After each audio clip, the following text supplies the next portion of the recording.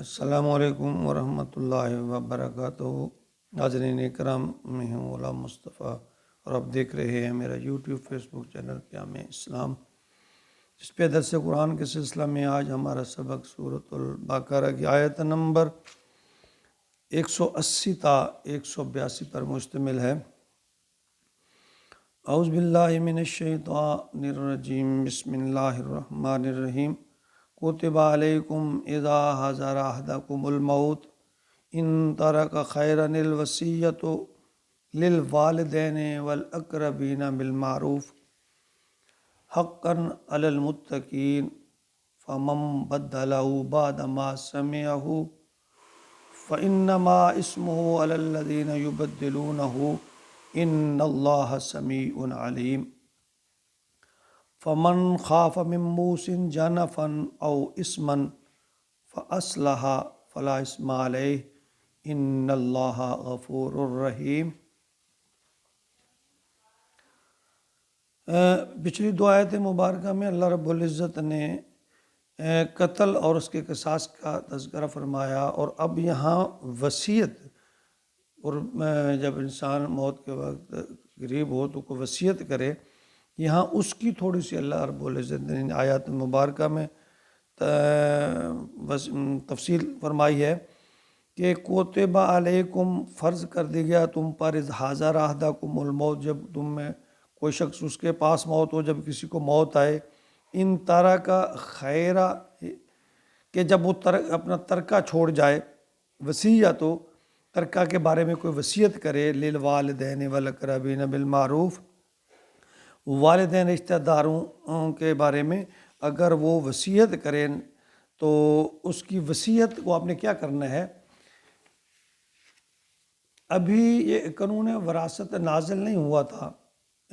تو اس ضمن میں ابتدائی قدم اللہ رب العزت نے کے طور پر یہ فرمان آپ کا ہے کہ دور جاہلیت میں وراثت کی جو تقسیم تھی نا،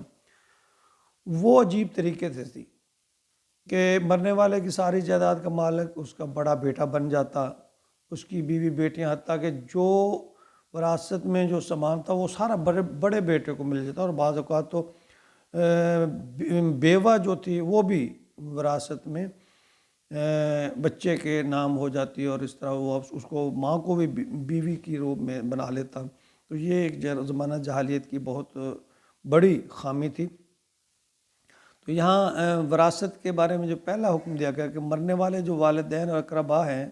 ان کے بارے میں وصیت کی جائے، تو پہلی بات یہ ہے کہ اس سے ان کے قانون کا جو اس کی تحفظ ہوگا۔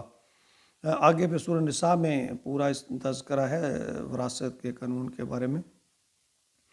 تو یہاں ایک جز رسول اللہ صلی اللہ علیہ وسلم نے اس کو باقی رکھا کہ مرنے والا جو ایک تہائی مال کے بارے میں وصیت کر سکتا ہے، اس سے زیادہ نہیں۔ تو یہ شخص وراثت کا، یعنی وراثت کے بارے میں جو وصیت ہے خاص طور پہ، یعنی جو مال حقدار اس کے پیچھے بیوی بچے ہیں، ان کے علاوہ اگر وہ کہیں اور کسی ڈونیشن جسے ہم کہتے ہیں دینا چاہے تو 1/3 کی جو ہے وہ دے سکتا ہے، اس بارے میں وصیت کر سکتا ہے، اس سے زیادہ نہیں۔ اگر فرمایا حقاً علی المتقین، اللہ تعالیٰ کا تقوی رکھنے والے جو ہے نا، ان پر یہ حق ہے، اللہ تعالیٰ کا تقوی رکھنے والوں پر، یہ جو نیک لوگ ہیں، اللہ فرماتے ہیں ان کے لیے یہ میرا حق ہے کہ ان پر واجب ضروری ہے کہ وہ وصیت کر جائیں کہ ہمارے والدین کو یہ دیا جائے، فلاں رشتہ دار کو یہ، تو اس طرح یہ تھا۔ بعد میں وراثت کا جو قانون باقاعدہ طور پر آیا،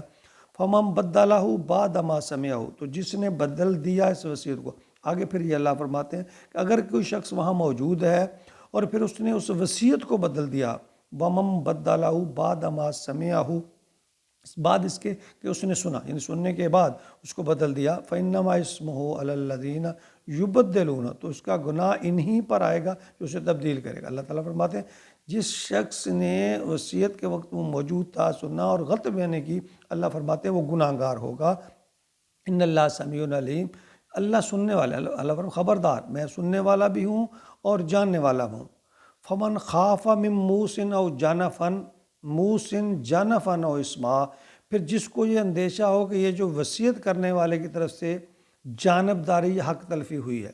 اگر یعنی یہاں کسی بات کا یہ ہے کہ اگر برادری اکٹھی ہو کر دیکھیں کہ وصیت کرنے والے نے ایک وصیت کی ہے اور وہ وصیت سے کسی کی بہت زیادہ حق تلفی ہو رہی ہے، تو اس کے بارے میں اللہ تعالیٰ نے فرمایا فَأَصْلَحَ بَيْنَهُمْ، اور وہ ان کے مابین صلح کرا دیں۔ تو برادری یا لوگ چند بیٹھ کر، اچھے سمجھدار لوگ، صاحب علم، صاحب بصیرت بیٹھ کر، ضروری یہاں یہ بات بھی کلیئر ہوگی کہ وصیت جو ہے اگر ناجائز ہے تو اس کو رد کیا جا سکتا ہے۔ اگر کسی آدمی نے مرتے وقت کوئی ایسی وصیت کر دی ہے جو خلاف شرع ہے، جو اخلاق کے خلاف ہے، یا کسی سے کسی بھی اس کے وارث کو شدید نقصان پہنچ رہا ہے، تو چند لوگ بیٹھ کر اس کو تبدیل کر سکتے ہیں، اس میں تبدیلی لا سکتے ہیں۔ فلا اسم علیہ، تو اللہ نے فرمایا اس پر گناہ نہیں ہے۔ یعنی اگر اس وصیت کرنے والے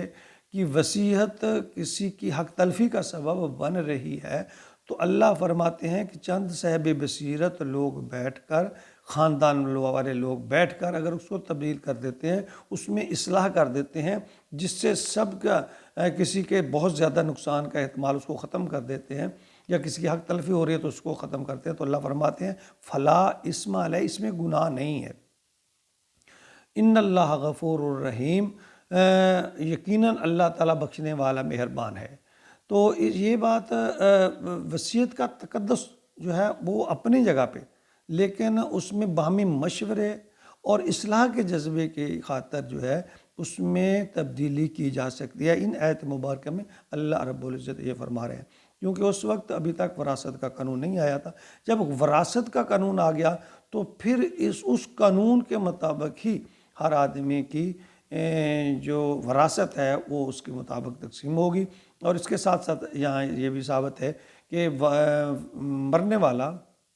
اپنے 1/3 سے زیادہ جو ہے اپنی وراثت سے، اپنی جائیداد سے 1/3 سے زیادہ کی جو وصیت ہے وہ نہیں کر سکتا، 1/3 کی رد و بدل سے زیادہ کی وصیت نہیں کر سکتا۔ اللہ تعالیٰ ہمیں قرآن کو پڑھنے اور سمجھنے کی توفیق عطا فرمائے۔ دیکھیں تمام مسائل کا حل قرآن پاک میں موجود ہے، لیکن ہم اس پر توجہ نہیں کرتے، ہم اس سے دور ہیں۔ اس وجہ سے جو ہے مسائل پیدا ہوتے ہیں اور پھر ہم کسی من پسند آدمی سے فتوے لے کر اس طرح کے ماحول بنا کر، تو اس طرح معاشرے میں خرابیاں پیدا ہوتی ہیں۔ اگر ہم اسلام کے بتائے اصولوں پر عمل کریں تو انشاءاللہ یہ ہمارا معاشرہ ہے وہ اس میں امن، سلامتی اور محبت